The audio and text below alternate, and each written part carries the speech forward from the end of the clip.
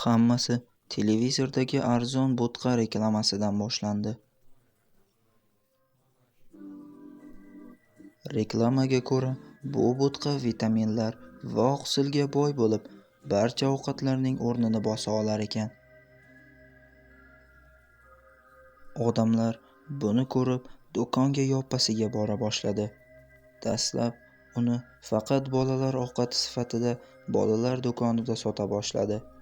U sanoqli soatlar ichida sotilib ketardi. Boshida men ham unga qiziqib, undan bir necha dona sotib oldim. Lekin tayyorlab ko'rganimda u menga juda ham jirkanchdek ko'rindi.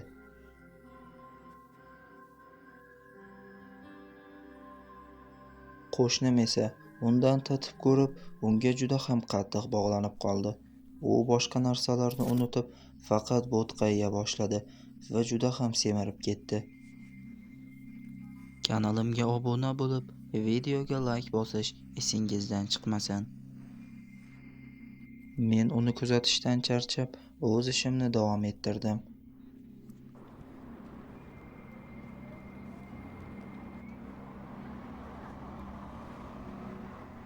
Uydagi barcha oziq-ovqatlarim tugagani uchun do'konga nimadir sotib olishga chiqdim.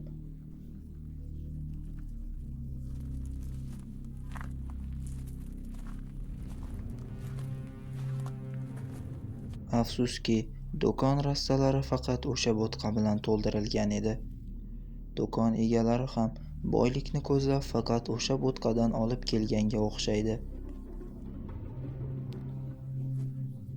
Ko'p do'konlarni aylanib, 2 oyga yetib qoladigan makaron va konservalarni topib uyimga qaytdim. Bu bo'tqani iste'mol qilayotgan odamlar manqurt zombiga aylanib qolayotgandek edi. Ular faqat shuni sotib olish uchun tashqariga chiqar edi. Televizorda esa bo'tqa sotib olgan har 10 ta odamning biriga sovg'a berilayotganligi aytildi. Har kuni g'oliblar e'lon qilinib, ularga issiq o'lkalarga dam olish uchun yo'llanma berila boshladi.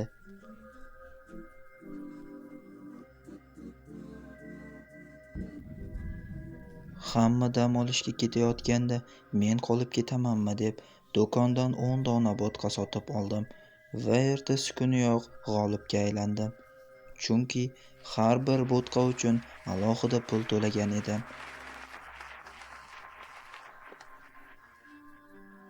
Ertasi kuni kompaniyaning xususiy samolyotida ular aytgan o'sha orolchaga uchib ketdim.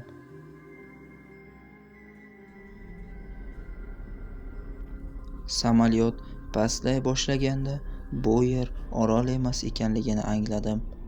Bu ulkan bir korxona edi.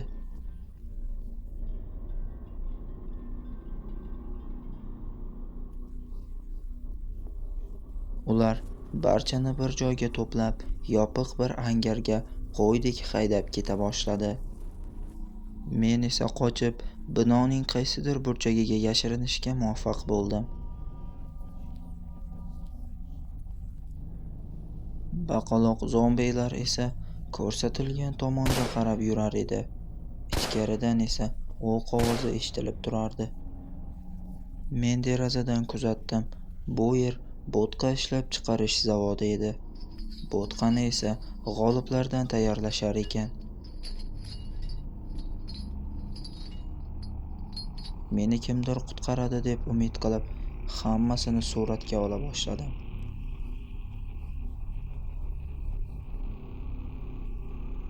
Xo'y, sen kimsan?